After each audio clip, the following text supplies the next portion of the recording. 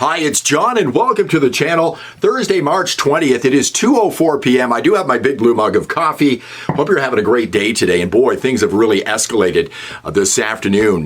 My video this morning doing very well. You might want to check that out. I talk about how Alberta separation is getting closer, the destruction of Canada.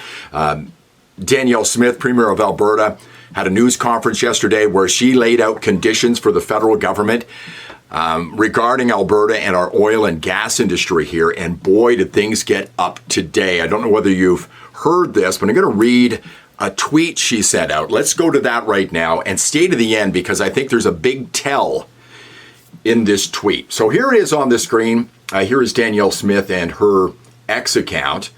And here is the tweet right here. Let me click on it. I'll make it a little bit bigger.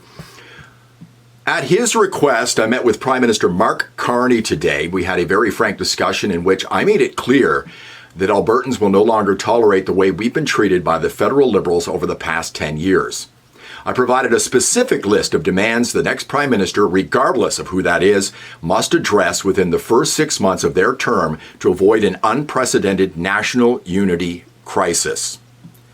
This includes guaranteeing Alberta full access to oil and gas corridors to the north, east, and west, repealing Bill C-69, also known as the No New Pipelines Act, lifting the tanker ban off the BC coast, eliminating the oil and gas emissions cap, which is a production cap, scrapping the so-called clean electricity regulations, ending the prohibition on single-use plastics, abandoning the net zero car mandate, returning oversight of the industrial carbon tax to the provinces, halting the federal censorship of energy companies. And these are things that I had in my video earlier this morning. I also made it clear that Alberta, as owner of the resource, will not accept an export tax or restriction of Alberta's oil and gas to the United States, and that our province is no longer agreeable to subsidizing other large provinces who are fully capable of funding themselves. Lastly, I made it clear that federal mismanagement of Jasper and Banff National Parks resulted in last year's tragic wildfire in Jasper and is endangering Banff, and the situation must be rectified immediately. Now listen to this. With the federal election about to be called, I encourage all Albertans to get involved in what is likely one of the most pivotal and important elections in our nation's history, and to support the party and candidates that have consistently advocated for freeing Alberta from federal overreach and the repeated economic attacks our province has faced from Ottawa over the past 10 years. I mentioned this morning, she's drawn a line in the sand. This line is getting deeper, it's getting wider. Now, she talks about people supporting parties that support Alberta. There's talk that there's going to be an election called. You probably have heard this. Here it is on the screen right here. This is expected to happen on Sunday with a possible date of April the 28th. Now, here's what we need to understand, and I've mentioned this before on this channel. The Liberals have three ways to power in this election. They need a majority government, a minority government, or a minority conservative government. Poilievre has to get a majority rather. If he gets a minority government, the other three parties will put a coalition government together and we're going to be in the same place as we were before. Probably worse because of some of the demands they'll make of Mark Carney and the Liberal Party of Canada. And what's even worse is that it's expected to be a short election. 36 days. And because Danielle Smith said at the end to support parties, I think she knows.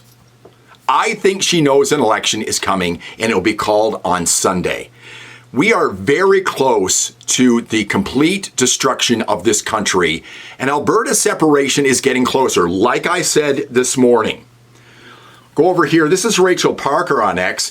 I have commissioned a poll from my friends, Main Street Research, and the numbers prove what I have sensed for some time. Support for Alberta independence has never been higher. We also have data on the growing Alberta statehood movement, results dropping on my YT shortly. This is a growing separatist movement in Alberta. If you're thinking of voting for Mark Carney and the Liberal Party because you want Canada to stay together, you will doom your country. I guarantee it. I've said it right here. If the Liberals get in again, I'm going to be spending a lot of my time going out, knocking on doors, and getting people on board to separate this province from the country. The time is now. Here's Marty up north on X as well, well known on X. I'm now on Team Carney. A vote for the Liberals is a vote for Alberta independence. He is absolutely right. Now, the other thing that's not in Danielle Smith's tweet on X, she never said what Mark Carney responded when she told him these things. But let me ask you this. This is who he is. He's Mr. Net Zero. Here's him at one of the COP meetings talking about net zero. Do you think this guy is going to listen to Alberta and Danielle Smith? Why not stop actually putting money into fossil fuel, full stop, instead of talking about the transition? Well, we're living through problems with the transition right now in terms of we have both far too many fossil fuels in the world. We're going to have enormous stranded assets, half of gas, 3/4 of coal, etc. Maybe up as much as half of oil reserves, proven reserves, need to stay in the ground if we're going to get to where we are.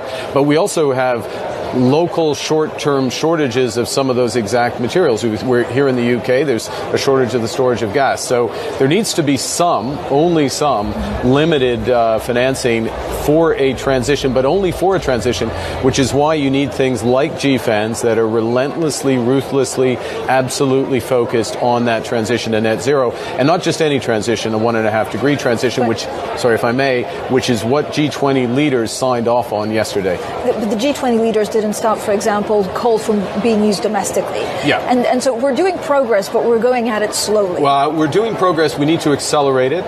We need to recognize there's differences, and as there obviously are, between advanced economies, developing economies. Some of those, there's a different timeline for fully ending coal. We want to stop coal, not just new coal, but stop use of coal by 2030 in the advanced economies. That's what Powering Past Coal, which is a big element of COP26, is about. But also by the end of the next decade in the emerging developing world. And if I may, again, to bring it back to finance, to give them the confidence to do that, they need to see literally a wall of money that's available for their transition. So when they're building up alternative energy, that the money is going to be there. There's no way Danielle Smith had any effect on this climate zealot. By the way, just disregard the Wikipedia post behind all these videos when they talk about climate. It's a lie. Thanks for watching. I do appreciate it. Please give me a thumbs up, subscribe to the channel, ring the bell for notifications, and I'll see you in the next one.